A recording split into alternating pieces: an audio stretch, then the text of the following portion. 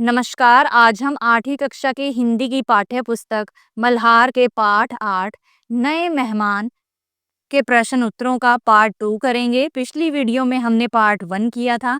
यदि किसी बच्चे ने वह वीडियो नहीं देखी है तो आप प्लेलिस्ट में जाकर इस वीडियो को देख सकते हैं। डियर स्टूडेंट्स, इस चैनल पर आपको सभी सब्जेक्ट्स के वीडियोस मिल जाएंगे। इसके लिए आप डिस्क्रिप्शन या प्लेलिस्ट चेक कर सकते हैं। यदि वीडियो अच्छा लगे तो वीडियो को लाइक और चैनल को सब्सक्राइब जरूर कर लीजिएगा। तो आइए अब आज का वीडियो शुरू करते हैं। अगला प्रश्न, भाषा की बात। सारे शहर में जैसे आग बरस रही हो, चारों तरफ दीवारें तप रही हैं। यह तो हमारा ही भाग्य है कि चने की तरह भाड़ में भूनते रहते हैं। अब उपर्युक्त वाक्यों में रेखांकित शब्द गर्मी की प्रचंडता को दर्शा रहे हैं कि तापमान अत्यधिक है, कि तापमान जो है बहुत ही अधिक है। जैसे आग बरस रही हो, दीवारें तप रही हो, भाड़ में भूनते रहते हैं। ठीक है। एकांकी में इस प्रकार के और भी प्रयोग हुए हैं जहां शब्दों के माध्यम से विशेष प्रभाव उत्पन्न किया गया है। उन प्रयोगों को छांटकर अपनी लेखन पुस्तिका में लिखिए। तो वाक्य हैं, ठंडा ठंडा पानी पिलाओ, दोस्त प्राण सूखे जा रहे हैं। सचमुच गर्मी में पानी ही तो जान है, फिर भी पसीने से नहा गया हूँ। तो इन वाक्यों में शब्दों के माध्यम से विशेष प्रभाव उत्पन्न किया गया है। जैसे प्राण सूखे जा रहे हैं, पानी ही तो जान है, पसीने से नहा गया हूँ। ठीक है। अगला प्रश्न है मुहावरे। आज 2 साल से दिन रात एक करके ढूंढ रहा हूँ, लाखों के आदमी खाक में मिल गए। उपर्युक्त वाक्यों में रेखांकित वाक्यांश रात दिन एक करना तथा खाक में मिलना मुहावरों का प्रायोगिक रूप है। ये वाक्य में एक विशेष प्रभाव उत्पन्न कर रहे हैं। एकांकी में आए अन्य मुहावरों की पहचान करके लिखिए और उनके अर्थ समझते हुए उनका अपने वाक्यों में प्रयोग कीजिए। ठीक है। तो एकांकी में और भी मुहावरे आए हैं, उन्हें आपको इस प्रश्न के उत्तर में लिखना है और उनका अर्थ समझते हुए उनका वाक्यों में प्रयोग करना है। जैसे पहले ऊपर के ही 2 मुहावरे ले लेते हैं। दिन रात एक करना, तो इसका अर्थ क्या होता है? लगातार मेहनत करना। परीक्षा की तैयारी के लिए रमेश ने दिन रात एक कर दिया। फिर अगला था खाक में मिलना, यानी नष्ट हो जाना। झगड़े में उनकी सालों की मेहनत खाक में मिल गई। फिर अगला मुहावरा जो हमने खुद से लिया है, पसीने पसीने होना, यानी बहुत थक जाना या मेहनत से चूर होना। खेत में काम करते करते वह पसीने पसीने हो गया। फिर अगला मुहावरा जान निकलना, यानी बहुत परेशान हो जाना। गर्मी में बिना पानी के उसकी जान ही निकल गई। अगला प्रश्न है बात पर बल देना। वह तो कहो मैं भी ढूंढकर ही रहा। उपर्युक्त वाक्य से रेखांकित शब्द ही हटाकर पढ़िए। अब हमें ही शब्द को हटाकर पढ़ना है। वह तो कहो मैं भी ढूंढकर रहा। अब दो दो के जोड़े में चर्चा कीजिए कि वाक्य में ही के प्रयोग से किस बात को बल मिल रहा था और ही हटा देने से क्या कमी आई है। तो उत्तर है कि वाक्य में ही शब्द का प्रयोग यह दर्शाता है कि वक्ता ने किसी कठिनाई या रुकावट के बावजूद अंत तक लगातार कोशिश की और आखिर में काम पूरा कर लिया, यानी ढूंढने की दृढ़ता और संकल्प पर बल है। और अगर हम ही शब्द हटा दें तो ही शब्द हटा देने से जो ढूंढने की जो प्रक्रिया है वो सामान्य लगती है। दृढ़ निश्चय और संकल्प की कमी आ गई है। आप दोबारा से इन वाक्यों को देखिए। वह तो कहो मैं भी ढूंढ कर ही रहा, कि जो भी हो मैंने तो ढूंढ कर ही रहा। और दूसरा देखिए, वह तो कहो मैं भी ढूंढ कर रहा। तो सामान्य सा लग रहा है ये वाक्य। ठीक है, यानी बात में कोई भी जोर नहीं लग रहा है। तो ही के प्रयोग से वाक्य में दृढ़ता, जिद और बल आता है और ही हटाने से वाक्य कमजोर और सामान्य हो जाता है। अब अगला प्रश्न देखिए। नीचे लिखे वाक्यों में ऐसे स्थान पर ही का प्रयोग कीजिए कि वे सामने लिखा अर्थ देने लगे। तो इन वाक्यों में हमें ऐसे स्थान पर ही शब्द का प्रयोग करना है कि वाक्य ये वाला अर्थ दे हमें। ठीक है। तो पहला वाक्य देखिए, विश्वनाथ के अतिथि यहाँ रुकेंगे। और अर्थ क्या मिलना चाहिए, और किसी के अतिथि नहीं। तो कहाँ पर हम ही का प्रयोग करेंगे कि विश्वनाथ के अतिथि ही यहाँ रुकेंगे, यानी अतिथि के बाद हम ही का प्रयोग करेंगे, ठीक है, जिससे हमें ये अर्थ मिलेगा और किसी के अतिथि नहीं, यानी कि विश्वनाथ के अतिथि ही यहाँ रुकेंगे और किसी के अतिथि नहीं। अगला देखिए, विश्वनाथ के अतिथि यहाँ रुकेंगे, यहाँ के अतिरिक्त और कहीं नहीं। तो ये अर्थ अब हमें मिलना चाहिए। तो विश्वनाथ के अतिथि यहाँ ही रुकेंगे, यहाँ के अतिरिक्त और कहीं नहीं रुकेंगे। अगला देखिए, विश्वनाथ के अतिथि यहाँ रुकेंगे, यहाँ रुकना निश्चित है, कि यहाँ रुकना निश्चित है।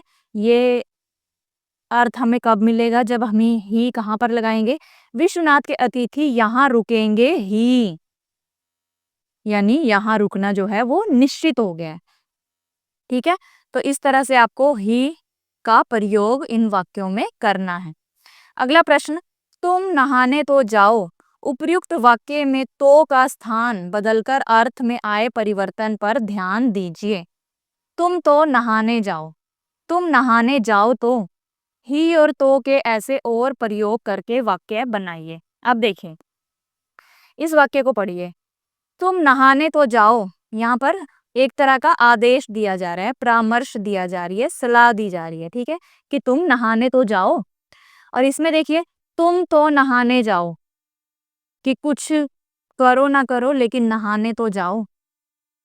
अगला देखिए, तुम नहाने जाओ तो, यहाँ पर शर्त और आशा का भाव दिखाया गया है इस वाक्य में, ठीक है। अब आपको ही और तो के ऐसे और प्रयोग करके वाक्य बनाने हैं, ठीक है। तो पहले ही के प्रयोग वाले वाक्य बनाएंगे हम। सफलता मेहनत से ही मिलती है, यानी मेहनत पर बल दिया गया है। सफलता ही मेहनत से मिलती है, सफलता पर बल दिया गया है। सफलता मेहनत से मिलती ही है, पूर्ण विश्वास पर बल है, कि सफलता जो है वो मेहनत से मिलती ही है। अगर आप मेहनत कर रहे हो तो आपको सफलता मिलेगी ही मिलेगी, ठीक है। अब तो के प्रयोग वाले वाक्य देखिए। तुम तो बहुत अच्छे चित्रकार निकले, यानी यहाँ पर आश्चर्य और प्रशंसा का भाव है, हैरानी भी हो रही है कि तुम तो बड़े अच्छे चित्रकार निकले, और प्रशंसा भी है, तारीफ भी की जा रही है, ठीक है। दूसरा देखिए, तुम बहुत अच्छे चित्रकार निकले तो, यानी कि यहाँ पर शर्त और परिणाम का भाव है। परिणाम यानी कि क्या नतीजा निकला है, कि तुम बहुत अच्छे चित्रकार निकले तो, कि और कुछ नहीं निकले, कम से कम चित्रकार तो निकले। फिर अगला वाक्य देखिए, तुम बहुत अच्छे तो चित्रकार निकले, यहाँ पे अपेक्षा का भाव है, उम्मीद की गई थी जो, कि तुम बहुत अच्छे तो चित्रकार निकले, कि हमें तो तुमसे यही आशा थी, ठीक है। यहाँ पर अपेक्षा का भाव है।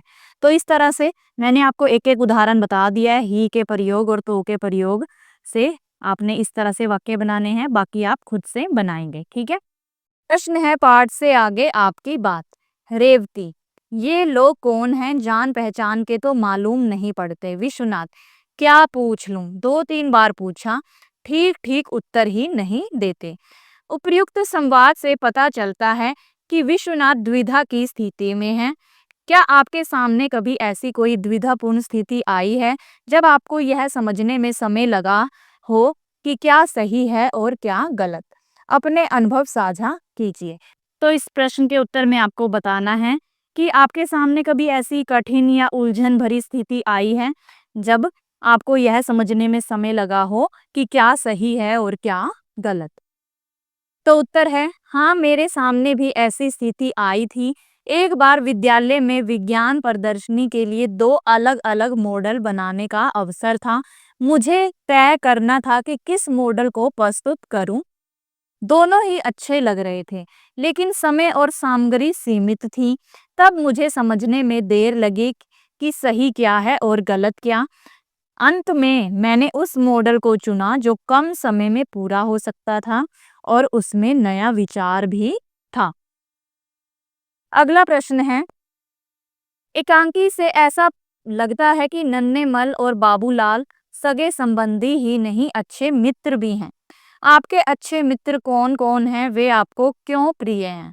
उत्तर, मेरे अच्छे मित्र राहुल और नेहा हैं। आपके जो भी मित्र हैं उनके नाम आप लिख सकते हैं। राहुल मुझे प्रिय है क्योंकि वह हमेशा मेरी पढ़ाई में मदद करता है और कठिन विषयों को सरल बना देता है। नेहा मुझे इसलिए प्रिय है क्योंकि वह हर समय हंसते मुस्कुराते रहती है और सभी की मदद करने को तैयार रहती है। दोनों ही मेरे सुख दुख में साथ खड़े रहते हैं। अगला प्रश्न है, आप अपने किसी संबंधी या मित्र के घर जाने से पहले क्या-क्या तैयारी करते हैं? कि अगर आप अपने किसी मित्र या रिश्तेदार से मिलने जाते हैं तो क्या तैयारी करते हैं? तो उत्तर है, किसी संबंधी या मित्र के घर जाने से पहले मैं साफ-सुथरे कपड़े पहनता हूँ, छोटे से उपहार या मिठाई ले जाने की कोशिश करता हूँ, समय से पहले पहुँचने का ध्यान रखता हूँ और माता-पिता को बताकर ही जाता हूँ। अगला प्रश्न, विश्वनाथ के पड़ोसी उनका किसी प्रकार से भी सहयोग नहीं करते हैं। आप अपने पड़ोसियों का किस प्रकार से सहयोग करते हैं? तो उत्तर है, जब वे घर पर ना हों तो उनके पत्र पार्सल सुरक्षित रख लेता हूँ कि पीछे से अगर कोई पत्र आ जाए उनका या पार्सल आ जाए तो उसे सुरक्षित रख लेता हूँ। उनके बच्चों की पढ़ाई में मदद करता हूँ। किसी जरूरत या बीमारी में तुरंत पहुंचकर सहयोग करता हूँ। त्योहारों और विशेष अवसरों पर शुभकामनाएं देता हूँ। अगला प्रश्न, नन्हे मल और बाबूलाल का व्यवहार सामान्य अतिथियों जैसा नहीं है। आपके अनुसार सामान्य अतिथियों का व्यवहार कैसा होना चाहिए?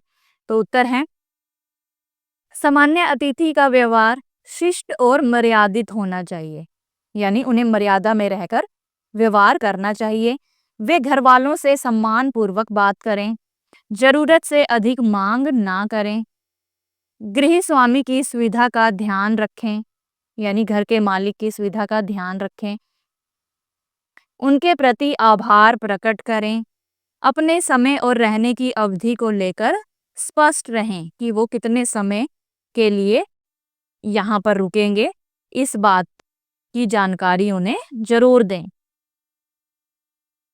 फिर अगला प्रश्न है, सावधानी और सुरक्षा। विश्वनाथ ने नन्हेमल और बाबूलाल से उनका परिचय नहीं पूछा और उन्हें घर के भीतर ले आए। यदि आप उनके स्थान पर होते तो क्या करते? तो उत्तर है, यदि मैं विश्वनाथ के स्थान पर होता तो मैं किसी अपरिचित व्यक्ति को बिना पूछे घर के भीतर नहीं ले जाता। अपरिचित यानी जिसे हम जानते ना हो। सबसे पहले मैं उनसे शिष्टता से उनका नाम और आने का कारण पूछता। यदि वे मेरे परिचित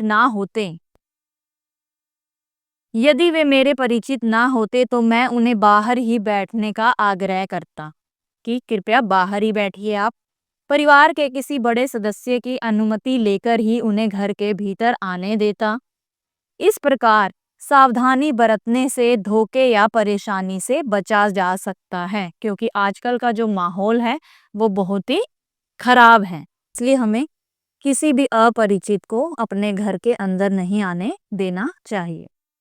अगला प्रश्न, आपके माता पिता या अभिभावक की अनुपस्थिति में यदि कोई अपरिचित व्यक्ति आए तो आप क्या क्या सावधानियां बरतेंगे?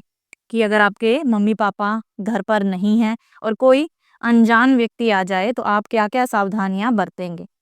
तो उत्तर है, दरवाजा खोलते समय पहले छेद या खिड़की से देखकर पहचानूंगा। ठीक है, यदि व्यक्ति अपरिचित लगे तो दरवाजा पूरी तरह नहीं खोलूंगा। उनसे शालीनता से पूछूंगा कि वे किससे और किस काम से मिलने आए हैं। घर के भीतर उन्हें प्रवेश नहीं दूंगा, यानी घर के अंदर आने नहीं दूंगा। तुरंत माता पिता या किसी विश्वसनीय बड़े को फोन करूंगा। यदि संदेहास्पद लगे कि यदि मुझे संदेह हो, उस पर शक हो, तो पड़ोसियों को सूचित कर दूंगा, पड़ोसियों को जानकारी दूंगा। इस प्रकार की सावधानियां हमें सुरक्षित रखती हैं। अगला प्रश्न, सृजन। आपने यह एकांकी पढ़ी। इस एकांकी में एक कहानी कही गई है, उस कहानी को अपने शब्दों में लिखिए। जैसे एक दिन मेरे घर में मेहमान आ गए। ठीक है, तो अपने शब्दों में आपको कहानी लिखनी है कि एक दिन मेरे घर में अचानक दो मेहमान आ गए। उनके नाम नन्हेमल और बाबूलाल थे। वे अपने को रिश्तेदार बताकर घर के भीतर आ गए। शुरुआत में उन्होंने अपनी पहचान साफ नहीं बताई और टाल मटोल करते रहे। घर वाले उन्हें पहचान नहीं पा रहे थे, लेकिन उनकी बातों और हाव भाव से लगा कि वे मजाकिया स्वभाव के हैं। धीरे धीरे बातचीत से स्पष्ट हुआ कि वे केवल रिश्तेदार ही नहीं, बल्कि पुराने परिचित और मित्र भी हैं। हालांकि उनका व्यवहार सामान्य अतिथियों जैसा नहीं था, फिर भी उनकी उपस्थिति से घर में चहल पहल और हंसी मजाक का माहौल बन गया। तो इस तरह से आप कहानी को अपने शब्दों में लिख सकते हैं। अगला प्रश्न, गर्मी का प्रकोप। तमाम शरीर मारे गर्मी के उबल उठा है। एकांकी में भीषण गर्मी का वर्णन किया गया है। आप गर्मी के प्रकोप से बचने के लिए क्या क्या सावधानियां बरतेंगे, 5-5 के समूह में चर्चा करें। मुख्य बिंदुओं को चार्ट पेपर पर लिखकर बुलेटिन बोर्ड पर लगाएं और इन्हें व्यवहार में लाएं, यानी कि इन बातों को अपनाएं। तो गर्मी से बचने के लिए आप क्या क्या करेंगे? पानी अधिक पिएं सबसे पहले तो, ठीक है, कि दिन भर पर्याप्त मात्रा में पानी पिएं, नींबू पानी, छाछ या फल का रस लें। दूसरा, ढीले ढाले कपड़े पहने, हल्के रंग के सूती और हवादार कपड़े पहने। धूप से बचें, दोपहर की तेज धूप यानी 11 से 3 बजे में बाहर निकलने से बचें। सिर और शरीर को ढकें, बाहर जाते समय टोपी, छाता या गमछा जरूर इस्तेमाल करें। पौष्टिक आहार लें, सबसे इम्पोर्टेंट कि हमें गर्मियों में मौसमी फल जैसे तरबूज, खरबूजा, खीरा, आम का पन्ना आदि लेना चाहिए। कमरे को ठंडा रखें, पंखे कूलर का प्रयोग कर सकते हैं। अत्यधिक परिश्रम ना करें, अत्यधिक परिश्रम ना करें यानी कि ज्यादा मेहनत ना करें, बहुत तेज दौड़ने या मेहनत वाले काम से बचें। अगला प्रश्न, तार से संदेश। क्या मेरा तार नहीं मिला? रेवती के भाई ने अपने आने की सूचना तार द्वारा भेजी थी। तार संदेश भेजने का एक माध्यम था जिसके द्वारा शीघ्रता से किसी के पास संदेश भेजा जा सकता था। किंतु अब इस तार का प्रचलन नहीं है, यानी कि कोई भी अब तार द्वारा संदेश नहीं भेजता। टेलीग्राम, किसी भौतिक वस्तु के विनिमय के बिना ही संदेश को दूर तक संप्रेषित करना टेलीग्राफी कहलाता है। विद्युत धारा की सहायता से पूर्व निर्धारित संकेतों द्वारा संवाद एवं समाचारों को एक स्थान से दूसरे स्थान पर भेजने वाला तथा प्राप्त करने वाला यंत्र तार यंत्र यानी टेलीग्राफ कहलाता है। वर्तमान में यह प्रौद्योगिकी अप्रचलित हो गई है, कि अब जो है इनका यूज नहीं होता। अब आपको तार भेजने के आधार पर अनुमान लगाना है कि यह एकांकी लगभग कितने वर्ष पहले लिखी गई होगी। तो उत्तर है, तार यानी टेलीग्राम का उपयोग भारत में बहुत समय तक होता रहा। सन 2013 में इसे बंद कर दिया गया। अतः यह एकांकी कम से कम 10 से 15 वर्ष पहले या उससे भी पहले लिखी गई होगी, जब लोग संदेश भेजने के लिए तार का उपयोग करते थे। फिर दूसरा प्रश्न है, आजकल संदेश भेजने के कौन कौन से साधन सुलभ हैं? कि आजकल कौन कौन से साधन हैं जिनसे हम संदेश भेज सकते हैं? तो मोबाइल फोन हो गया एक तो, ठीक है, कॉल करके या एसएमएस के द्वारा भेज सकते हैं। दूसरा हो गया व्हाट्सएप व अन्य मैसेजिंग ऐप। तीसरा, ईमेल व सोशल मीडिया प्लेटफॉर्म जैसे फेसबुक, इंस्टाग्राम आदि। चौथा, वीडियो कॉल और ऑनलाइन मीटिंग एप्स जैसे जूम, गूगल मीट आदि। जैसे जब कोविड आया था तब आपके टीचर्स जो हैं वो आपको ऑनलाइन ही स्टडी करवाते थे, ठीक है, जूम और गूगल मीट की हेल्प से। ये सभी साधन जो हैं तेज, आसान और सुलभ हैं। फिर अगला प्रश्न देखिए, आप किसी को संदेश भेजने के लिए किस माध्यम का सर्वाधिक उपयोग करते हैं? कि आप किसी को भी संदेश भेजने के लिए इनमें से किसका प्रयोग करते हैं? तो मैं अधिकतर मोबाइल फ़ोन और व्हाट्सएप का उपयोग संदेश भेजने के लिए करता हूँ या करती हूँ, क्योंकि यह सबसे तेज और सुविधाजनक साधन है।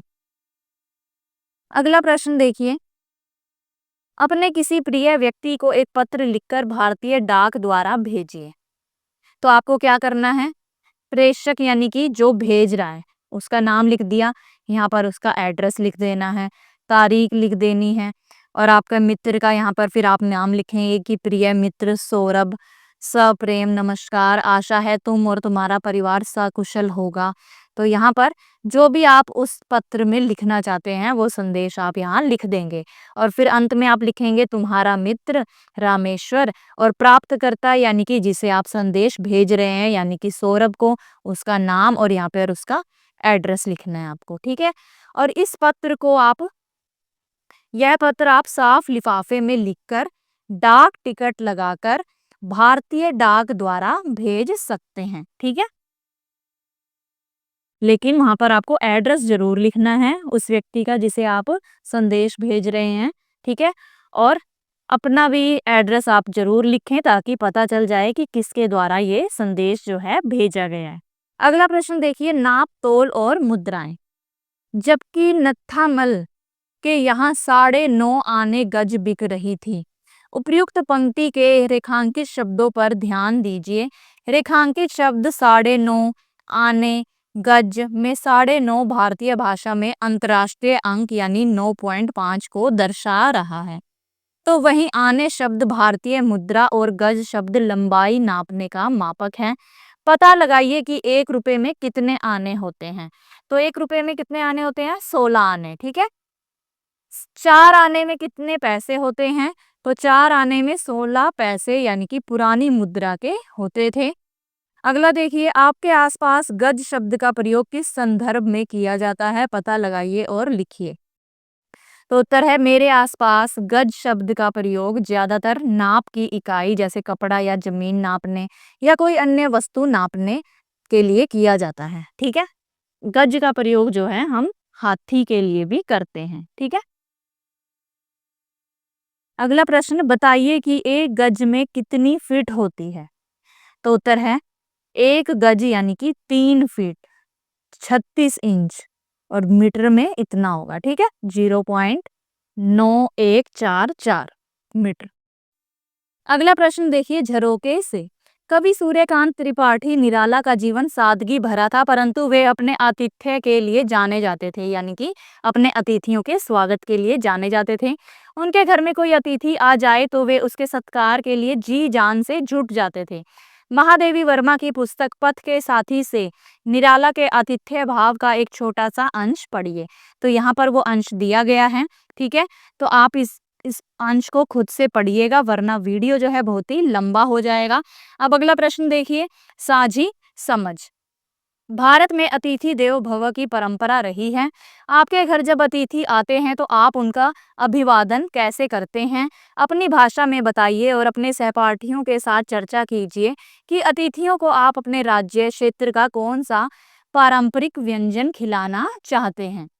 तो उत्तर है, हमारे घर में जब कोई अतिथि आते हैं तो हम उनका सत्कार और अभिवादन करते हैं। हम उनका स्वागत नमस्ते, प्रणाम या पैर छूकर करते हैं। फिर उन्हें पानी, चाय या नाश्ता दिया जाता है। बड़ों से हमने यही सीखा है कि अतिथि भगवान के समान होते हैं और उनका स्वागत करना हमारा कर्तव्य है।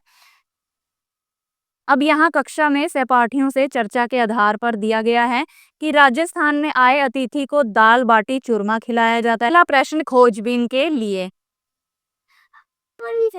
जल्दी चढ़ जाना फिर, बस ठीक है। अगला प्रश्न खोजबीन के लिए, इस एकांकी में आने, गज और तार शब्द आए हैं। इनके विषय में विस्तार से जानकारी इकट्ठी कीजिए। इसके लिए आप अपने अभिभावक, अध्यापक, पुस्तकालय या इंटरनेट की सहायता भी ले सकते हैं। जैसे इस एकांकी में आए शब्द आने, गज और तार पुराने समय के जीवन से जुड़े हैं। आना रुपए की पुरानी मुद्रा थी। 1 रुपए में 16 आने होते थे। गज लंबाई नापने की इकाई है जो लगभग 1 यार्ड यानी कि 0.914 मीटर के बराबर होती है। साहित्य में इसका अर्थ हाथी भी है। तार का अर्थ धातु का तार तथा संदेश भेजने का साधन टेलीग्राम दोनों होता है, जिसकी सेवा भारत में 2013 में बंद हो गई। इस तरह आना, गज और तार हमें पुराने समय के माप तोल, मुद्रा और संदेश प्रणाली के बारे में जानकारी देते हैं। तो आप इन सब के बारे में इंटरनेट या पुस्तकालय से भी और जानकारी एकत्रित कर सकते हैं। तो ये थे पाठ 8 नए मेहमान के प्रश्न उत्तर। आशा करती हूँ आपको सभी प्रश्न अच्छे से समझ में आए होंगे। मिलते हैं अगली वीडियो में, तब तक के लिए नमस्कार।